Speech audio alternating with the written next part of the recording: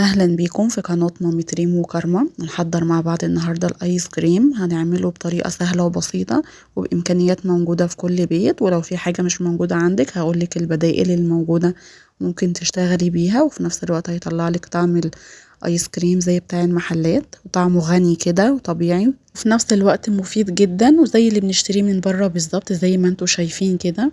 طعمه حلو جدا، ممكن تعملوه بأي طعم عندكم، يعني أي نوع فاكهة عندك ممكن تعمليه بيه، تستبدلي الفراولة بأي نوع تاني. يلا بينا نسمي الله ونشوف الطريقة مع بعض. بس قبل ما نبدأ ما تنسيش تشتركي في القناة وتفعلي زر الجرس على الكل عشان يوصلك أي فيديو جديد بنزله وتشوفيه قبل أي حد.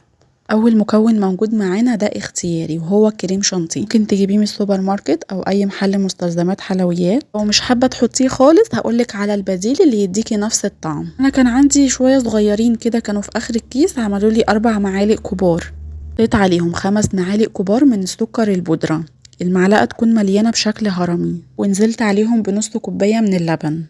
انا كان عندي كيس فراولة حوالي كيلو وربع، يعني الكيس اللي قدامكم ده كيلو وربع، فانا هاخد نصه بس.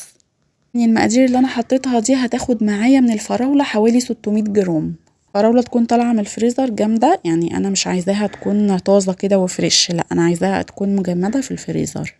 ليه؟ لان الخطوة دي هتغنينا عن خطوة ان احنا بعد ما نعمل الايس كريم نحطه في المكنة بتاعة الايس كريم. فلا، احنا لو استخدمنا نوع الفاكهة يكون متلج كده هيغنينا خالص عن المكنة بتاعة الايس كريم، ده البديل ليها. اضربي بقى كل المكونات دي مع بعض في الكبة، لو ما عندكيش ممكن بالخلاط، بس سكينة الخلاط بتكون ضعيفة شوية فالافضل انك تعمليه في الكبة. القوام بقى زي ما انتوا شايفين كده تقيل وطعمه حلو جدا، يعني انتي وبيكون ساقع، لو عايزة تاكليه كده بيبقى حلو جدا برضو.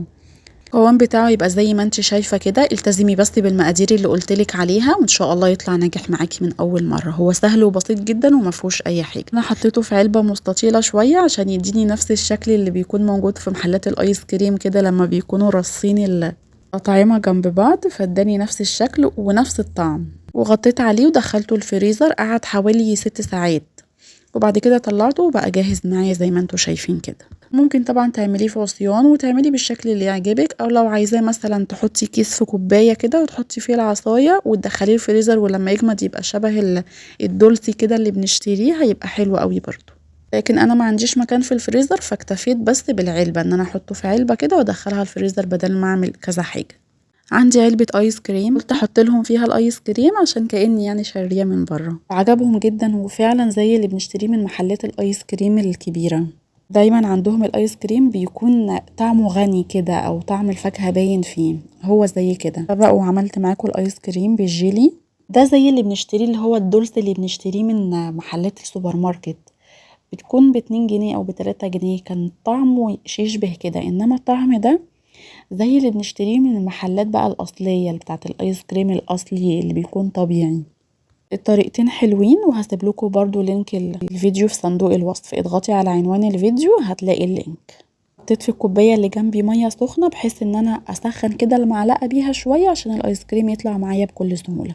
بصوا كريمي وبقى زي ما انتوا شايفين كده، مش عامل بلورات ولا اي حاجة من التلج. لو ما عندكيش الكريم شانتيه هتحطي معلقتين كبار من القشطه بتاعت وش اللبن. لو عندك قشطه معلبه تمام، ما عندكيش هتيجي تغلي اللبن وتحطيه في التلاجة، ولما يطلع تاخدي القشطه بتاعته وتحطيها معاه. ده بديل الكريمه، احنا بنحط الكريمه عشان طعمه يكون غني كده ومميز شويه. طيب لو انتي مش موجوده عندك الكريمه ممكن بقى تحطي زي ما قلتلك معلقتين القشطه دول، هيديكي برضو نفس الغناوه كده. انا خلصت حلقه النهارده، يا رب تكونوا استفدتوا من الفيديو. لو استفدتوا ما تنسوش اللايك وشير وسبسكرايب لقناه مامي ريم مكرمه على اليوتيوب، وتفعيل زر الجرس على الكل عشان يوصل لكم اي فيديو جديد بنزله وتشوفوه قبل اي حد.